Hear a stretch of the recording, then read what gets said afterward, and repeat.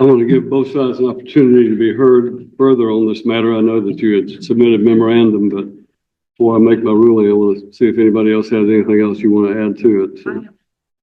I do, Your Honor. Again, I didn't set it out in my memorandum, but I do want the court to take into consideration an equal protection argument. If I could point out to the court, of course, under section Tennessee Code Annotated 36-4-121, which deals with the division, distribution, and assignment of marital property. Subsection A specifically states, in all actions for divorce or legal separation, prior to the determination of whether it's appropriate to order support and maintenance of one party or the other, the court having jurisdiction shall, and again, shall, make an equitably divide, distribute, and assign the marital property between the parties without regard for marital fault, in proportion as the court deems just based on the facts and circumstances. But if you go further under that section, under 121, under section 2, it goes on to state that in all actions for legal separation, the court in its discretion may, emphasize may, equitably divide, distribute, and assign the marital property in whole or in part, or reserve the division or the assignment of marital property until a later date. So that's the governing rule as far as division of assets in this case. But again, what you have is under the divorce section and legal separation section, under the Tennessee Constitution as well as the United States Constitutions, each party is entitled to an equal protection. So I think it's an equal protection violation when somebody elects under the divorce statute to seek a legal separation or a divorce, that they are treated differently.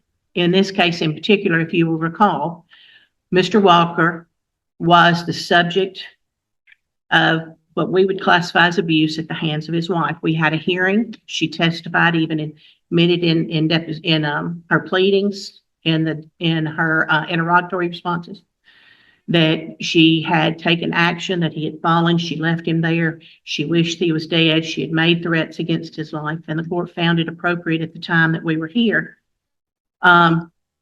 to grant him an absolute divorce. And as I said in the memorandum, she's now seeking to set aside that because, again, in the majority rule that is in the statute or in the case law, that death may abate an action.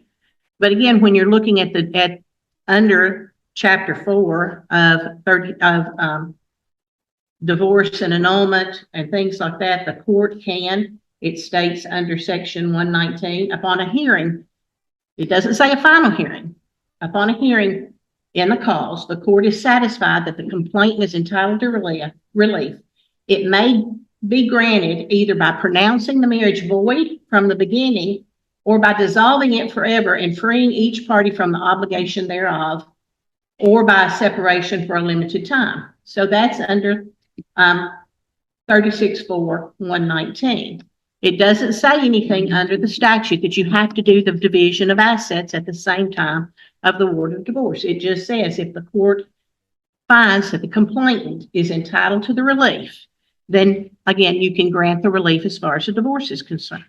And it goes on under the previous section, 36-4-114. If a defendant admits the facts charged in the bill or petition and relied upon as grounds for divorce, or the bill is taken for confessed, the court shall, underline shall, nonetheless, before decreeing a divorce, except on the grounds of irreconcilable differences, hear proof of the facts alleged as aforementioned, and either dismiss the bill or petition or grant a divorce as the justice of the case may require. You shall do that. So she admitted in her interrogatories that she had threatened to kill. You heard proof at the temporary hearing. It was taken as confessed, and it says you shall grant the divorce. Nothing in here and nothing in the statute goes forward and says you can't make a division of assets in the future, or you shall make a division of assets prior to the granting of the divorce. And if you can do it in a legal separation and you can reserve it, then you should have the same authority and the jurisdiction to grant it in an absolute divorce. How do you address the case McMahon versus Butler that the wife relies upon as being clear authority for the fact that this court lacks jurisdiction to continue in the case based on the fact that the husband had died? Well, Your Honor, I think it is distinguishable in the case. If I could hang on just 1 second. In the McMahon case, if I remember, I had it pulled, Your Honor. The McMahon case, if I recall correctly, there wasn't proof offered as to the basis of the grounds for divorce. And it certainly wasn't within the purview that the individual, that being Mr. Walker, who was granted an absolute divorce, was the victim of domestic violence. And given the fact of his frailty, Your Honor will recall the frailty of himself, that Your Honor granted the divorce as part of an order of protection to keep him safe because of the issues. And again, I think the distinguishing factor is that Your Honor, under the divorce statute, where it says you shall grant a divorce upon hearing proof, I think you did that. I don't think there's anything in the record in McMahon, and I may be mistaken, of where there was a hearing as far as grounds. It does say that at a hearing on February the 7th, 1983, the husband withdrew his complaint and the case proceeded on the counter complaint of the wife. The trial judge rendered a decision from the bench granting a divorce to the wife and appointing a special master to take proof regarding the assets of the parties. And of course, then he subsequently, as in this case, he subsequently died. When the wife filed, as here, a motion to dismiss, basically arguing that the case had abated. Well, I just didn't know if there was anything else that I've done some research of my own to determine whether or not I continue to have jurisdiction. I wanted to give both sides an opportunity. Let me hear from Ms. Stevens if she has anything to add to what she's already written.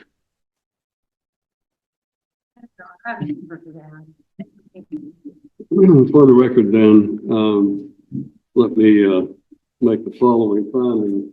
Number one, in this situation, the husband, Mr. Donald Howard Walker, filed a complaint for divorce on July the 27th of 2023, alleging, among other things, the fact that the defendant wife was guilty of inappropriate marital conduct and indignities to him, which made a continuation of the marriage impossible and impractical.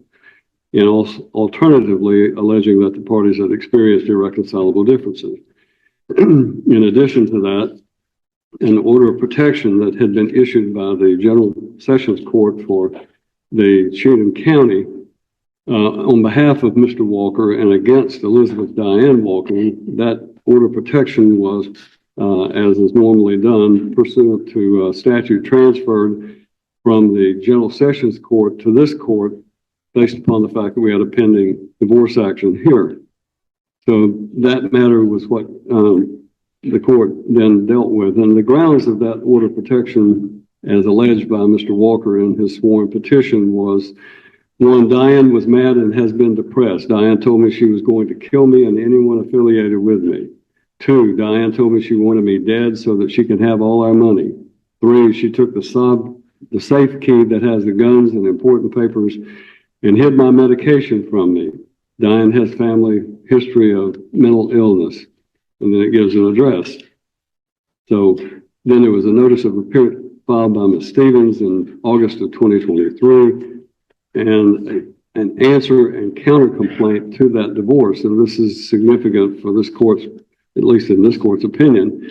There was an answer and counter complaint filed August the 30th of 2023. In that answer, there was a denial of the grounds and so forth, as is usually done. And then there was a counter complaint for an absolute divorce as well. And the counter complaint alleges that the husband was guilty of inappropriate marital conduct and Therefore, both parties in this case sought a divorce. Then Ms. Roberts came in representing the plaintiff and filed her motion for a judgment on the pleadings, and we had a hearing that took place on both the order of protection and the motion, and that hearing took place on January the 22nd of 2024. Actually, I believe that, yeah, those dates I gave earlier were 2023, so this was January of 2024 when the hearing took place before me, and at that time it was a hearing on the extension of an order of protection that had been issued ex parte, a motion for exclusive possession of the marital residence, a motion for judgment of the pleading.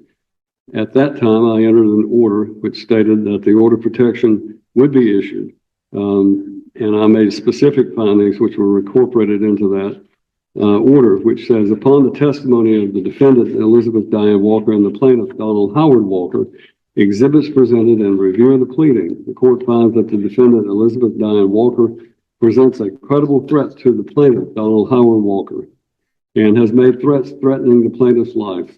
Further, from the proof offered that the plaintiff owned the home where the parties resided prior to their marriage, and due to several health issues, he should be awarded exclusive possession. And went on to state that through her testimony, the defendant did not present sufficient evidence to establish a need for spousal support, nor did she establish that the plaintiff had an ability to pay. So therefore, the order of protection was issued against her. And then in a second provision of that order, it is ordered, adjudged, and decreed that based upon the sworn testimony of the respondent, her admissions found in sworn discovery responses, and the finding of the court that the plaintiff's current medical condition necessitates, the court awarded a judgment on the pleadings and grants an absolute divorce to the plaintiff on the grounds of inappropriate marital conduct of the defendant, and hereby restores both parties to all rights and privileges of unmarried person. The issue of the division of assets and other related matters is reserved pending a final hearing. So that is the order that we're dealing with. Subsequent to the entry of that order, Mr. Walker passed away, and that there was a suggestion of death, I think, filed by both parties in the case to substitute the executor of his estate for Mr. Walker. And I believe that was also done by an agreed order that the estate of Donald Howard Walker was substituted as the plaintiff in the matter. So then on October the 16th of 2024, Ms. Walker filed a motion to set aside a final order of divorce. And then on, I believe it was a subsequent time that Mrs. Walker, through her attorney, filed a motion to dismiss the case based on the death of Mr. Walker, and cites the McMahon case as being an authority for that. This court has reviewed all of that information, and the court took the matter under advisement so that I could try to make sure that I was doing the correct ruling in this particular case. And I've looked at a number of cases myself. So I would simply make the following observation. I've considered the case law, the arguments made by the parties, and carefully considered the holding in the McMahon versus Butler and relied upon by the defendant. In this court's opinion, that case on its face appears to adopt a rule that the death of a party before the adjudication of all issues in the divorce robs the court of jurisdiction to further resolve any issue. However, the McMahon court recognized that there could be certain exceptions to that rule. There are other cases that have recognized exceptions to the McMahon holding and hold that the central issue in the trial is the trial court's intention regarding the entry of the divorce decree to determine whether an order of divorce is effective. Principally, the court relies upon Bradley versus Bradley, a 1990 Court of Appeals unreported decision found at 1990 Westlaw 131404, in which the wife appealed the dismissal of her purported husband's divorce action where he died after a judgment of divorce was pronounced in open court, but before the entry of the decree. Citing other cases which were somewhat contradictory in their holdings, the Bradley court relied upon the prior case of in the matter of Connie Sue Littrell, a 1988 unreported decision of the Court of Appeals, to hold that the validity of an order entered after the death of one party depended on the intent of the trial court as to the date of the trial court intended it to be effective. In other words, they relied upon the fact that whatever the trial court intended as to the date of the entry of the order, that would be the effective date. The Bradley court then remanded the case back to the trial court for the entry of a nunc-pro-tunc judgment as to the divorce if he intended it to be effective as of the date of the hearing, and later for a division of property, and such their proceedings, if any, may be necessary. So obviously in the Bradley case, the court found that the husband's death did not prevent the trial court from making a division of property if in fact it was his intent to grant the divorce as of the date of that hearing. And they remanded it for not only the entry of a nunc-pro-tunc, if that was the trial court's decision, but also intent rather, but also for further proceedings, including a division of assets. So that Bradley court, which is the same level as the McMahon court, and actually is a more recent case than the McMahon, clearly made it clear, or clearly indicated that the trial court would retain jurisdiction to make a division of property despite the death of the husband in that case. Another case, the Daniel versus Daniel, which is a 1998 Court of Civil Appeals case, which is found at 1998 Westlaw 5500. In that case, the parties had appeared before a trial court and announced that they had negotiated a settlement agreement as to some, but not all of the issues. But they stipulated, and this case is, I think, extremely important and relevant to this court's decision. They stipulated in Daniels that they desired the trial court to grant a divorce that day and restore Mrs. Daniels' maiden name to her in light of the fact that she had been diagnosed with terminal cancer. Mrs. Daniels subsequently died before the remaining issues were resolved. The husband then sought, as here, to dismiss the case, which the trial court denied. The Daniel court framed the issue as follows, and I'm quoting now the language of the Daniels court. The issue submitted for appeal centers on whether the death of a party during the pendency of a divorce action abates the divorce action, or whether the action may, in certain circumstances, survive the death of the party. And that's found on the second page of the Daniels unreported decision. The Daniels court held that the trial court's order was not a final order because it reserved certain issues for later determination, but also found that the evidence was plain that the trial court intended the divorce to be effective on the date of entry of the order, memorializing the announced agreement and stipulation. In reaching its decision, the Daniels court held that the common thread in Tennessee law on this issue is that the intent of the trial court as to whether and when the order of divorce is effective is paramount. And that's found on page 4 of the Daniels decision, and they're relying in that case upon the Bradley versus Bradley decision. Relying on the Bradley decision and the clear intent of the trial court in the Daniels case, the Daniels court remanded the case to the trial court for entry of an order, nunc-pro-tunc, as to the divorce, as to the date the trial court intended the parties to be divorced. In the present case, based upon the evidence at that January 22nd, 2024 hearing, this court intended and expressly found that the plaintiff husband should be awarded an absolute divorce on that date due to the wife's proven conduct and the husband's serious medical condition. Under the authority of Bradley versus Bradley and Daniel versus Daniel cited above, this court finds that the death of Mr. Daniel does not abate this action and that this court continues to have jurisdiction to rule on the remaining issues. Rule 54.02, subsection 1, provides that the court may direct the entry of a final judgment as to one or more but fewer than all of the claims involved in a case upon express determination that there is no just reason for delay. Although the order entered on March the 13th of 2024, reflecting this court's ruling at that hearing on January 22nd of 2024, did not specifically refer to that Rule 54.02, subsection 1. It was this court's express intention, and I state that for the appellate record or anyone else, it was this court's express intention that the entry of that order granting the husband the divorce was to be a final judgment on that issue and that no just reason existed as to delay that order.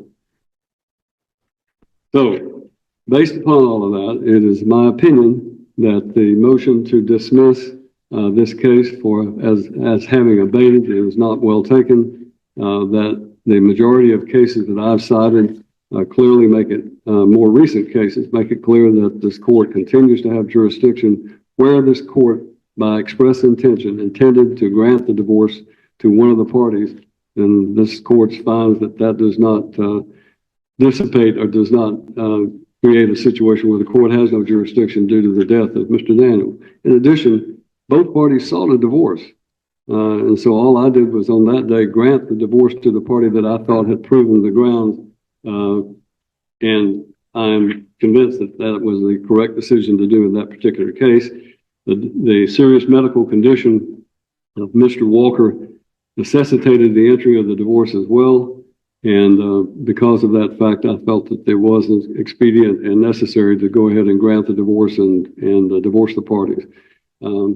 Based upon this and of course, I'm aware of all of the language and the statutory language that this court cannot make a division of property in regard fault. So in a sense, my granting the divorce to Mr. Walker did not enhance or even create a detriment to Mrs. Walker's claims for division of property. The division of property would continue nonetheless, despite the fact that Mr. Walker had passed away.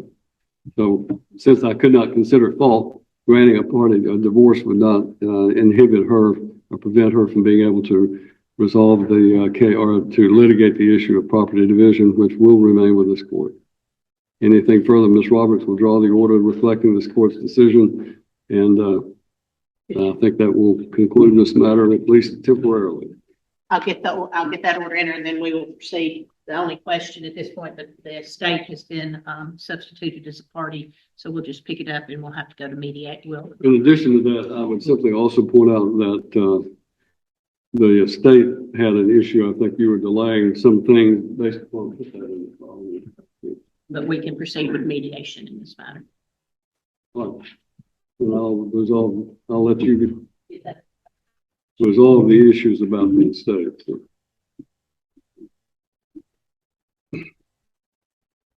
All right. Ms. Roberts will draw the order. The court. Thank you. The court hears final arguments about whether it still has power to decide the remaining divorce issues after the husband, Howard Walker, died. The husband's lawyer argues that Tennessee divorce law allows a judge to grant an absolute divorce after proof is heard and does not require the marital property division to happen at the same time. He also raises an equal protection concern, saying parties choosing divorce versus legal separation should not be treated differently in how property division can be delayed. MBA, the judge reviews the history. The husband filed for divorce in July, Artsen Ling Arsursan, and an order of protection was transferred into the divorce case. After a January Artsen Ling Arsursi hearing, the judge granted the husband an absolute divorce on grounds of the wife's inappropriate marital conduct and reserved property division for a later final hearing. After the husband's death, the wife moved to set aside the divorce and dismiss the case. Relying on McMahon v. Butler, the judge rules the case does not abate. Citing Bradley v. Bradley and Daniel v. Daniel, the judge explains that the key is the trial court's intent. If the court intended the divorce to be effective on the hearing date, jurisdiction can remain to resolve property issues. The motion to dismiss is denied, the estate stays substituted as plaintiff, and the case proceeds to mediation.